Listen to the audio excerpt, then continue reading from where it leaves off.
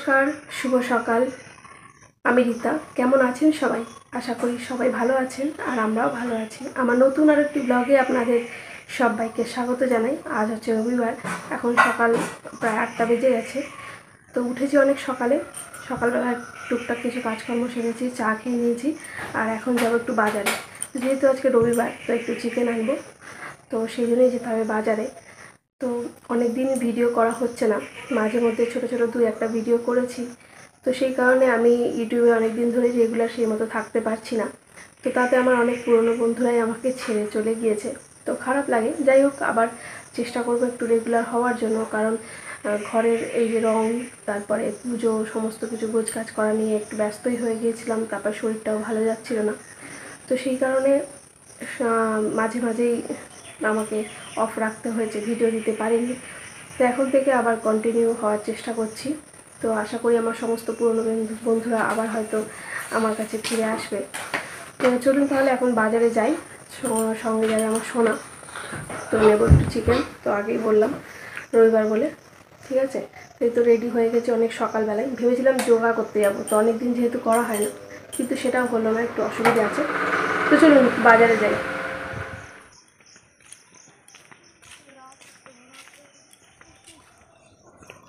আর এই তো বন্ধুরা, রেডি হয়ে আমি আর সোনা বেরিয়ে পড়লাম। পিছনে কি আসছে গো? ট্রেন দিয়ে টাকা দিয়ে দিতে হবে। এটাকে, এই ফুলগুলো কি ভালো লাগে দেখতে।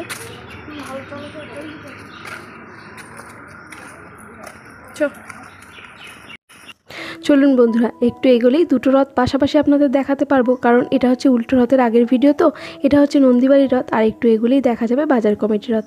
তার আগে আমি এই মামি বাড়ি থেকে একটু চলুন ঘুরে আসি।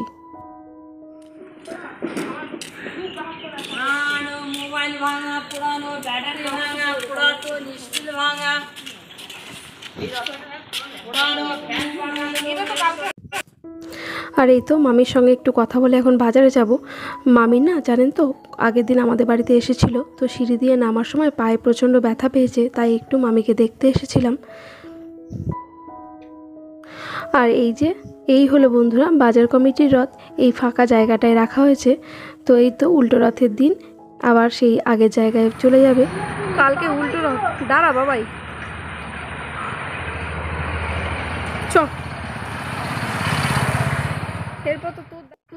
চলুন চটপট বাজারটা এবার করে নিয়ে আসি, কারণ এরপর তো আবার এসে রান্নাবান্না করতে হবে, তার সঙ্গে সকালের খাবারও জোগাড় করতে হবে, কারণ সকালে এখনও আমাদের কারোরই ব্রেকফাস্ট হয়নি।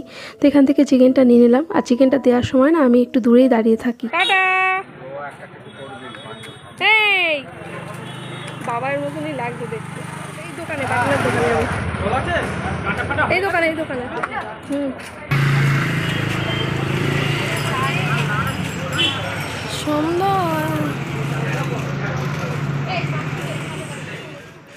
বাজার বলতে শুধু তো চিকেনটা নিয়েছি, আর এখানে মুদিখানার দোকান থেকে কয়েকটা জিনিস নিতে হবে, যেগুলো একেবারেই ফুরিয়ে গেছে। তো হাজব্যান্ড তো বাড়িতে অন্য কাজে ব্যস্ত, একটু রং করছে, তো সেই জন্য বলেছে আসার সময় একটা তুলিও নিয়ে যেতে। তো এখান থেকে আরও একটা দোকানে যাব, তুলিটা নিয়ে তারপরে বাড়ি ফিরবো।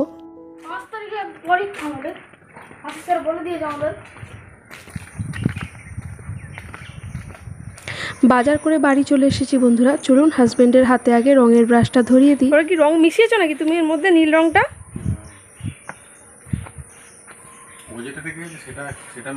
তাহলে কোথায় পেলে, এনেছো? কেন ব্রাশ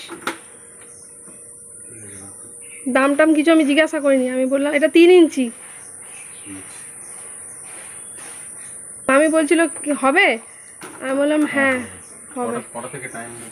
আমি টাইম বলেছি, আমি বললাম 5টা 5:30টার পর যেও, তাই বলেছি।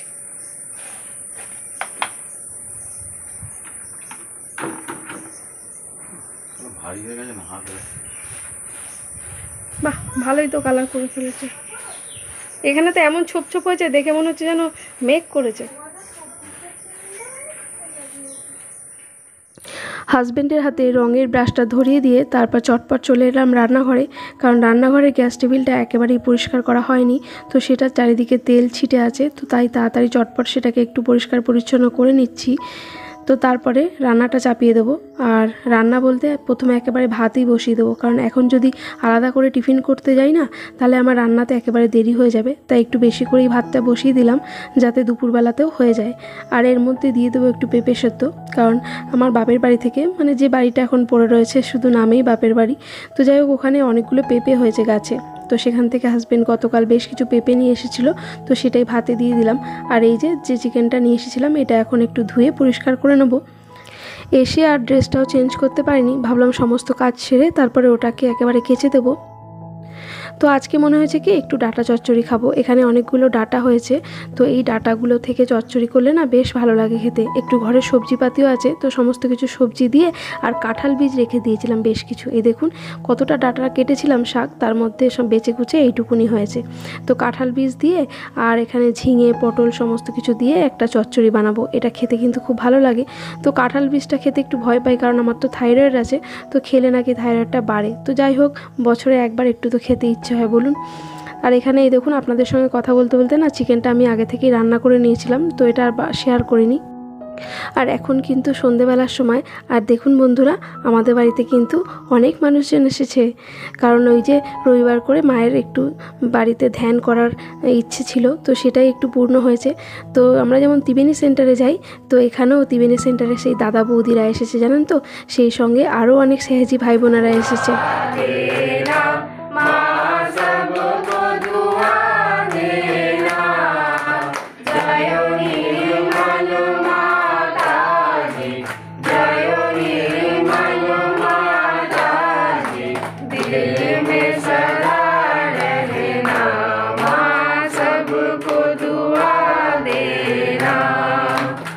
চিন্তা করিস না, সব হয়ে যাবে। আমি না বলছে যত খরচা করবে তত তোমার আসবে। মাতাজিকে বলছে মাতাজিকে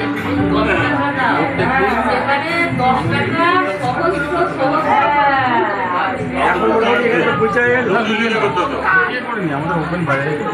ও ননিও গেছে না, দোকানগুলো একটাও খুলতে দেয়নি। এরপর কি হলো বুঝছেন, কিরম কপাল যোগ, একটা ছেলেকে পেলাম ঈদে দাদন দিয়েছিল।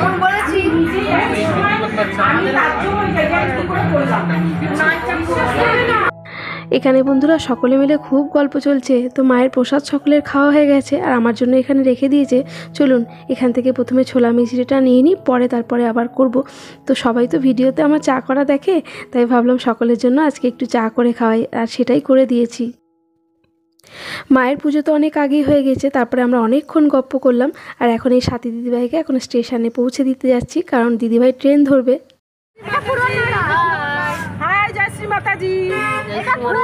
আনন্দ করলাম এই যে রাত্রেবেলা এখানে আলো জ্বালায়, এটা আমাদের বাজারের এটা আবার কবে কালকে বের করবে না, কালকে। দুপুরবেলা পর্যন্ত আমি জানতাম না যে বিকেলবেলাটা এত আনন্দের হবে, জানেন তো। গত রবিবার যখন সোজা রথ ছিল সেই দিনকে পুজো দিয়েছিলাম, আর এই যে সেকেন্ডে, কারণ এখন থেকে ইচ্ছে আছে যে রবিবার করে আমাদের বাড়িতে একটু ধ্যান হোক শ্রী মাতাজির। তো তাই কাছাকাছি দু একজন সহযোগী ভাই বোন যারা আছে তারা যদি আসে তো খুব ভালো লাগবে, আর সেইভাবেই ফোন করা হয়েছিল। তো আজকে এত মানুষজন এসেছে না, এত ভালো লাগছে যে আপনাদের কি বলবো, খুব ভালো কেটেছে সন্ধ্যাটা। চলো সব কটার আবার ভালো হতো, ঠিক করে নামলেই বাড়ি ছিল। হ্যাঁ ওটাই ভালো হতো না, খবরদার না। না বলছি ট্রেনে এলে ভালো হতো, আমাদের বাড়িতে আসছে পরে এলে ট্রেনেই চলে আসবে। এই সাথীদি আসবে কিন্তু, এই একটু হাই হ্যালো করে দাও। এখন একদম ফাঁকা। টাটা টাটা, জয় শ্রী মাতাজি। আসবে হ্যাঁ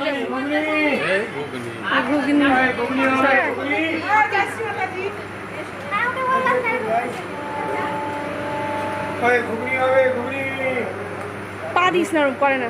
টাটা